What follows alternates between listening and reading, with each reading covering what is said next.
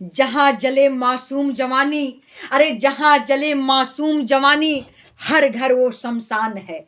जहां जले मासूम जवानी, हर घर वो शमशान है। और दहेज के खातिर नारी का घर घर होता अपमान है। मैं जया भारत आप सभी को अपने चैनल पर हाथ जोड़ करके प्रणाम करती हूँ और कहना चाहती हूँ, मैंने कहा है कि जहां जले मासूम जवानी, मासूम जवानी कहाँ पर जल रही है आप लोग विचार करो। जब नई नवेली दुल्हन शादी करके अपने घर में आती है, उसकी ससुराल जाती है तो बहुत अरमान सजा के जाती है, बहुत सज बज के जाती है, बहुत श्रृंगार करके जाती है, बहुत सामान लेकर के जाती है और साथ साथ बहुत अरमान लेकर जाती है। लेकिन लोग कहते हैं जहां जले मासूम जवानी, और उसी अरमान के साथ किसी घर में जब ससुराल में जाती है तो कुछ दरिंदे लोग उस भरी हुई जवानी में, उस खूबसूरती सजोए हुए सपनों के लाए उस बेटी को लोग जला दिया करते हैं। ये आखिर में क्यों? इसका कारण है आज दहेज प्रथा। आज दहेज लेने की जो परंपरा हमारे देश में प्रचलित हो गई है, ये देश के लिए सबसे बड़ा खतरनाक और जानलेवा साबित हो रहा है। मैं कहना चाहती हूँ, आज दहेज के चलते बेटियां जब माँ के पेट में आती हैं उसके पहले लोग मार देते हैं। कहते हैं कि ऐसा है, लोग तमाम डॉक्टर ऐसे पड़े हुए हैं, आज वैज्ञानिक तकनीकी इतना चमत्कार, मतलब इतना कानून का डंडा पड़ने के बावजूद भी रोज भ्रूण हत्याएं हो रही हैं। बच्चियों को माँ के पेट में, वो बच्ची अंदर से कहती है मैं बाहर आऊंगी, बाहर की दुनिया देखूंगी, बाहर के लोगों से मिलूंगी और मैं बन करके इस देश की डॉक्टर, इंजीनियर, प्रोफेसर, मास्टर, देश की सम्मान बढ़ाऊंगी, माँ मुझे आने दो। लेकिन माँ जवाब देती है बेटी मैं तुझको आने नहीं दूंगी, क्योंकि तू पेट में मर जाएगी ठीक रहेगा, लेकिन जब बाहर की दुनिया में आएगी, जब तुझको हम पाल देंगे, बड़ा कर देंगे, पढ़ा लिखा देंगे और थोड़े से दहेज के कारण अगर तेरी शादी अच्छे घर नहीं कर पाएंगे और कहीं अच्छे घर खुदाखास्त हो भी गया और हम दे नहीं पाएंगे, ये दहेज के दानों तुझको मार डालेंगे। इसलिए बेटी तू मेरे पेट में आने के पहले मर जाएगी, दुनिया में आने के पहले मर जाएगी। ये मुझे सब्र है, लेकिन 25 साल तक तुझे तैयार करने के बाद जब लोग दरिंदे लोग तुझे मारने का काम करेंगे, ये मुझे बर्दाश्त नहीं है। और इसीलिए माँ अपने पेट में आने के इस धरती पे आने के पहले अपने पेट में ही मार देती है। कहीं न कहीं उस माँ की गलती नहीं है, ये गलती आज दहेज की है और सबसे बड़ी गलती ये दहेज लेने वालों की है। मैं कहना चाहती हूँ, आज दहेज के चलते ये घर को हमारे क्या कहते हैं, मंदिर कहते हैं, घर को धर्मशाला कहते हैं, घर को आलय कहते हैं, लेकिन इस मंदिर से, इस घर से तो वो शमशान अच्छा होता है। जिस शमशान में मुर्दे जलते हैं, लेकिन इस घर में, इस मंदिर में लोग जिंदा जला दिया करते हैं। तो मैं यही कहना चाहती हूँ, लगी है आग भारत में, अरे लगी है आग भारत में, इसे गर ना बुझाओगे, लगी है आग भारत में, इसे गर ना बुझाओगे और जलेंगी बेटियां कुंवारी, इन्हें ना रोक पाओगे। अगर इस भारत में जो आग लग चुकी है दहेज का, इसको बुझाने का काम नहीं करेंगे तो आने वाले समय में ये भारत जल जाएगी। यहाँ की संस्कृति कैसे जलेगी? जब बेटियों को लोग माँ के पेट में आने से पहले, हर माँ बाप चाहेंगे कि हम झंझट पालने क्यों जाएं, तो बेटी को माँ के पेट में आने के बाद लोग मार देंगे, और जब मार देंगे तो यहाँ बेटी विहीन धरती हो जाएगी। तो कहीं न कहीं जब नारियों की संख्या घटेगी तो देश में अपने आप भ्रष्टाचार, दुराचार और अपहरण जैसी तमाम जघन्य अपराध होते रहेंगे।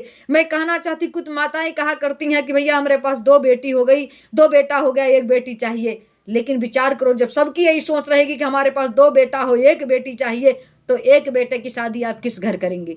और जब 1 बेटे की शादी नहीं करेंगे हो पाएगा तो कहीं न कहीं वो बेटा भ्रष्टाचार में, कहीं न कहीं वो बेटा की शादी में, जो आपको मैं बताना चाहती हूँ, भ्रष्टाचार बढ़ेगा, पहली बात अपहरण बढ़ेगा और तमाम हुल्लड़बाजी होने का काम करेगा। अगर बेटियों की संख्या घटती तो दोनों का बराबर संख्या होना चाहिए, लेकिन ये संख्या घट क्यों रहा है, अनुपात घटते क्यों जा रहे हैं? इसका कारण है आज दहेज प्रथा। तो दहेज को क्या है, शादियां का सीजन चल चुका है, जिसके लड़के शादी नौकरी पा गए हैं, ना भी नौकरी पाए हैं, थोड़ा खेती बाड़ी है, लड़का अच्छा है, कहीं बम्बई दिल्ली कमा रहा है, चाहे वो शराब पी रहा है, चाहे बीड़ी सिगरेट पी रहा है, चाहे नशे में है, चाहे बियर बार पी रहा है, चाहे बियर पी रहा है, चाहे बियर बारों में जा रहा है, चाहे कुछ भी कर रहा है, लेकिन हम लड़की वाले हैं उसके दरवाजे पर जाकर के उसके माँ बाप के सामने हाथ जोड़ करके गिड़गिड़ाते हैं। ये एक भिखारी की तरह, एक बहुत ही हीन भावना से जाते हैं और हमको हीन भावना से देखा जाता है। और जब हम शादी की बात करते हैं तो तमाम तरह तरह की बात लोग बताते हैं कि ऐसा है, हमारे लड़का की नौकरी लग गया है, तो लोग कहते हैं कि इस साल शादी नहीं करेंगे। आप फिर कहें अच्छा भैया साल भर में जाएंगे, फिर कहेंगे इस साल नहीं करेंगे, अभी नहीं करेंगे, अभी नहीं। आपकी लड़की है भाई, लड़कियों की तो एक रियलिटी एज लोग देखते हैं, लेकिन लड़कों की कोई एज का डिफरेंस नहीं पड़ा है, क्योंकि सरकार ने तो कह दिया है कि 25 साल के अंदर उनकी भी शादी होनी चाहिए। तमाम संत महात्मा इस समय कह रहे हैं शादी होने की 25 साल से ज्यादा उम्र नहीं होनी चाहिए, 25 हो 26 हो, क्योंकि जिंदगी का जो लेवल है वो घट रहा है। लेकिन आप बहाने पे बहाने कर रहे हो, तो जब वही बाप बार बार लोगों के घर अगर कहीं शादी तय भी हो गई तो आप ऐसी गाड़ी मांग लेते हो, ऐसे चीज मांग लेते हो, ऐसे मतलब ऐसे अपना डिमांड रख देते हो कि वो अपने आप व्यक्ति चला जाता है तो रास्ते में विचार करता है कि अगर मेरे पास बेटी ना होती तो मैं इस नालायक के घर, इस दुष्ट के घर, इस नीच के घर में नहीं आता। तो कहीं न कहीं वो अपने बेटी से उसको अंदर ये बहुत अंदर प्रतिस्पर्धा घृणा होने लगती है और प्रतिज्ञा करता है कि आने वाले समय में मेरे खानदान में बेटी नहीं होगी, अगर बेटी होगी तो मैं 10 20 25 50,000 जो भी लगेगा सबसे यही राय लेता है, मैं डॉक्टरों से इलाज करके, डॉक्टरों से जांच करके और मैं इस बच्ची को इस दुनिया में आने नहीं दूंगा, इस झंझट से मुक्ति मिल जाएगा। तो ये सब का कारण, ये बच्चियों को मारने का कारण, एक पिता की आत्मा कुंठित होने का कारण, एक भाई का कुंठित होने का कारण, और समाज में भ्रष्टाचार बढ़ने का कारण, और एज बढ़ने का, लड़की लड़के का शादी का एज बढ़ने का कारण, ये सब का कारण एक ही है, वो दहेज। तो दहेज जो है, दहेज का मतलब है जिस धन को दे करके हे दृष्टि से देखा जा उसी को दहेज कहते हैं। तो मैं संपूर्ण देशवासियों, प्रदेशवासियों, राष्ट्रवासियों और विश्वव्यापियों सभी से हाथ जोड़ करके यही हाले, जो दहेज की प्रथा है सबसे ज्यादा तो हमारे भारतवर्ष में है।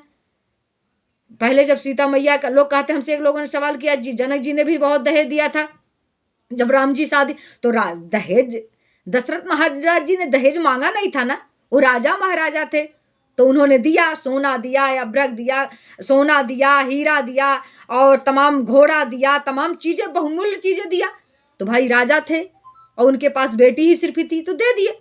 आज भी आपके पास अगर ज्यादा है, जिसके पास हर माँ बाप अपने बेटी को दे रहे हैं, fridge, cooler, washing machine, TV, गाड़ी, ये सब आम हो गए हर तरह से लोग, लेकिन इससे बड़ा डिमांड आप करने लगे। तो मैं यही कहना चाहती हूँ आप लोगों से कि दहेज देना, क्योंकि सभी भ्रष्टाचार का जड़ दहेज है। और जो पहले रीत नहीं, वो परंपरा था, वो लोग देते थे, परंपरा उपहार देते थे। आज भी हम उपहार देते हैं, कोई कहते राजा जोगी बेटी इन्हें छूछ न बेटी, आज भी लोग उपहार देते हैं।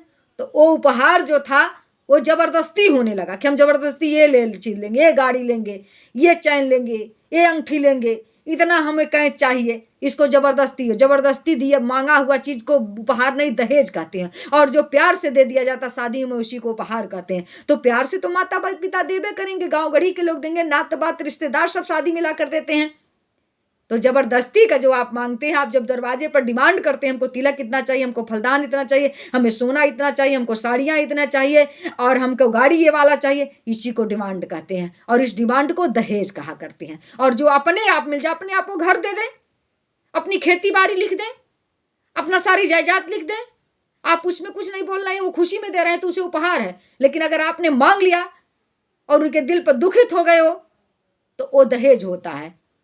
तो दहेज लेना बंद करो और दहेज देना बंद करो, क्योंकि दहेज के कारण हमारे देश में लड़कियों की, लड़कों की उम्र बढ़ती जा रही, शादी नहीं हो रहा। दहेज के कारण भ्रष्टाचार बढ़ा, दहेज के कारण माँ के पेट में आने के पहले, माँ के पेट में से धरती पाने के पहले बेटियों को लोग मार डाल रहे हैं। और दहेज के कारण एक नई नवेली तमाम सपना सजा करके दुल्हन जब अपने घर जाती है तो उसके घर के लोग ताना से या तो मार देते हैं, या तो बोली से मार देते हैं, या तो उसको गोली से मार देते हैं, तो जला के मार देते हैं, और तो गेड़े से काट के मार, कई कारण हो जाता है। तो मैं आप लोगों से इस इतने कारण, ये दहेज एक ऐसा एक ही है, दहेज एक, लेकिन उसके दुष्परिणाम जो है अनेक। तो इस दहेज को आप लोग लेना भी बंद कर दें और दहेज देना भी बंद कर दो। हाँ, मैं ये कहना चाहती हूँ कि दहेज में जो जबरदस्ती नहीं, जो प्यार से दिया जाए वो उपहार ले लो, और जो प्यार से मिले उसे स्वीकार कर लो।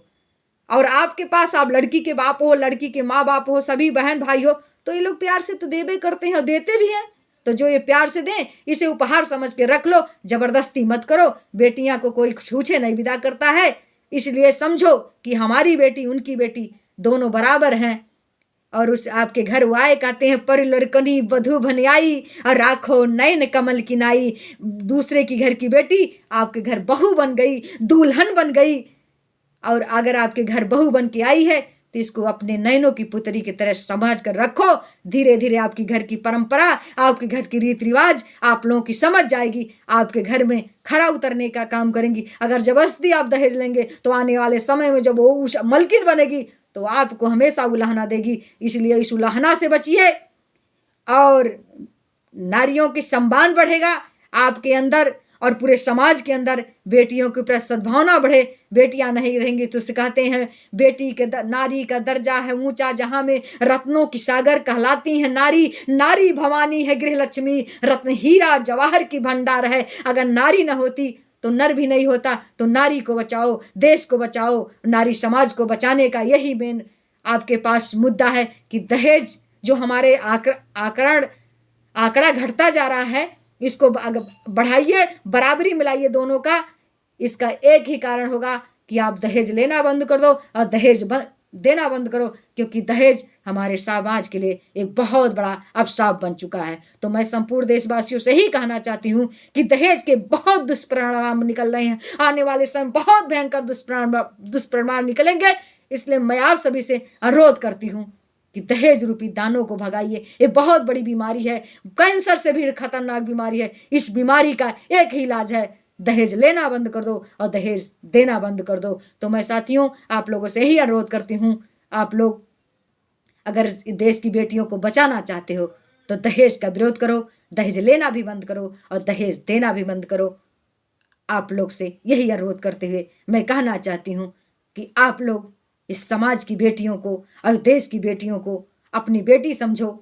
हालांकि बेटी की शादी में तो सब लोग उपहार देते हैं, आप भी उस उपहार को स्वीकार से लें, आप उपहार को प्यार से दें, लेकिन इसे दहेज समझ करके ना दें और ना दहेज समझ करके लें। मैं आप लोगों से यही कहते वक्त कहना चाहती हूँ कि लगी है आग भारत में, इसे घर ना बुझाओगे तो जलेंगी बेटियां कुंवारी, इसे ना रोक पाओगे। इस भारत में जो आग लगी है इसे अगर आप बुझाओगे नहीं तो देश की तमाम माँ के पेट में बेटियां मार दी जाएंगी, तमाम कुंवारी बेटियां दी जाएंगी और तमाम नई नवेली बेटियां उस घर में मार दी जाएंगी जहां दुल्हन बन के आएंगी। इतना अगर दुष्परिणाम इस दहेज के कारण है तो इस दहेज को आप लोग बंद करो। मैं यही अनुरोध करते हुए आप लोगों से विनम्र प्रार्थना करती हूँ। आप सबकी मैं जया भारत यही निवेदन करते हुए कहना चाहती हूँ, आप लोग मेरे वीडियो को देखें, शेयर सब्सक्राइब करें और समाज को इस वीडियो को जो है शेयर करके भेजें। लोग इसको देख करके समझे कि गलत मैंने कहा कि सही कहा। हले आप भी कमेंट करके मुझे बताइएगा, मैं आपकी कमेंट की आभारी रहूंगी और मैं आप सबकी कमेंट का जवाब जरूर दूंगी। तो आप सभी को मैं यही कहते हुए आप सभी को एक बार पुनः प्रणाम करती हूँ।